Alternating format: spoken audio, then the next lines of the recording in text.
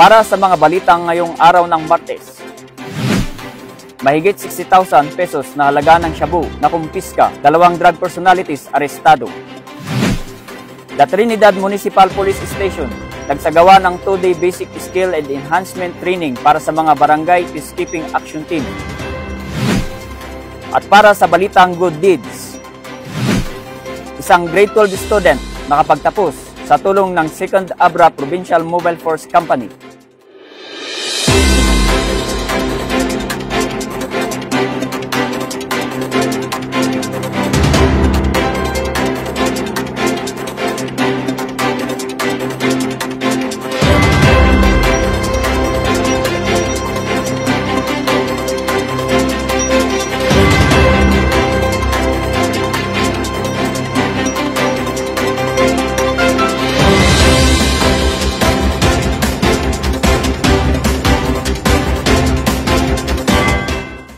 Mayat ay agaw taku amin. Ngayong araw, atin pong tunghayan ang mga balita mula sa Police Regional Office Car. Ako po si Police Staff Sergeant Jefford Dionisio, ang inyong tagapagbalita, at ito ang ProCar News Brief. Mahigit 60,000 pesos na halaga ng shabu na kumpiska, 2 drug personalities arestado.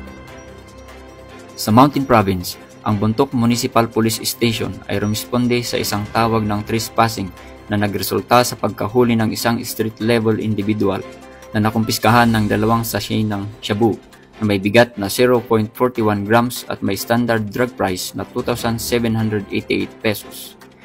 Samantala, sa Kalinga naman, ang Pinukpok Municipal Police Station ay nagsagawa ng isang checkpoint sa Barangay Junction na nagresulta sa pagkahuli ng isang street-level individual matapos makumpiska sa suspek ang 2 sachet ng shabu na may bigat na 9 grams at may standard drug price na 61,200 pesos.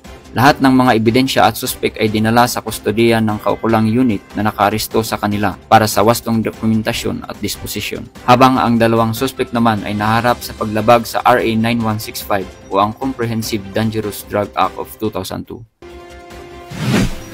La Trinidad Municipal Police Station nagsagawa ng 2-day basic skill and enhancement training para sa mga barangay peacekeeping action team.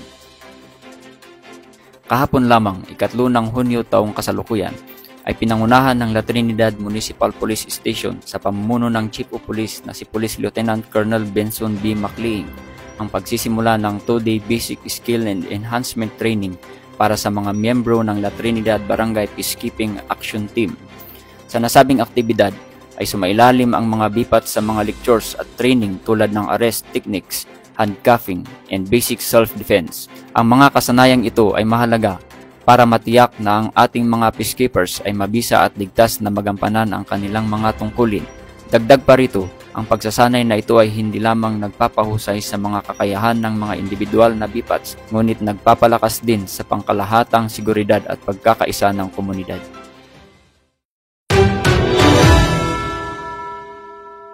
Isang grade 12 student nakapagtapos sa tulong ng 2nd Abra Provincial Mobile Force Company.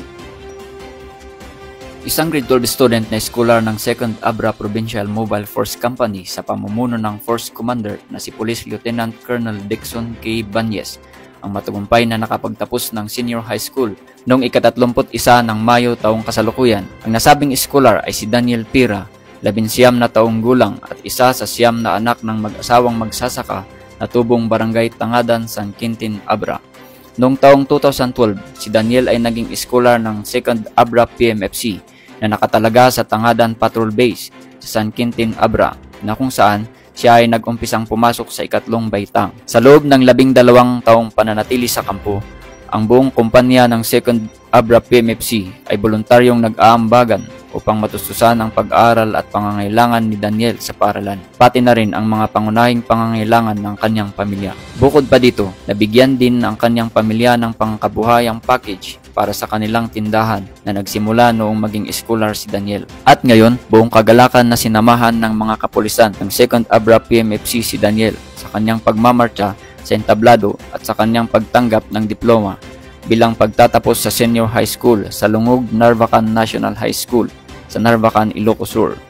Ayon kay Daniel, naging inspirasyon niya ang tulong ng mga kapulisan sa kanya kaya't balak niya umanong kumuha ng kursong BS Criminology upang maging isang huwarang pulis balang araw. Dagdag pa kay Daniel ay may dalawa pang scholar na magtatapos ngayong taon na kung saan ang pangalawa ay nasa kolehiyo na magtatapos sa darating na buwan ng Hulyo.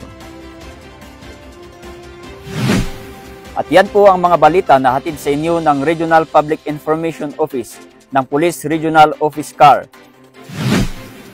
Lagi po nating tandaan na sa bagong Pilipinas, ang gusto ng pulis, ligtas ka. Ako po si Police Staff Sergeant Jefford Dionisio ng RP Cado Cordillera at ito po ang ProCar News Brief. At para sa iba pang balita at updates ng inyong Police Regional Office CAR, i-follow po ang aming mga official social media account sa Facebook, X at Instagram. Magandang gabi at maraming salamat po.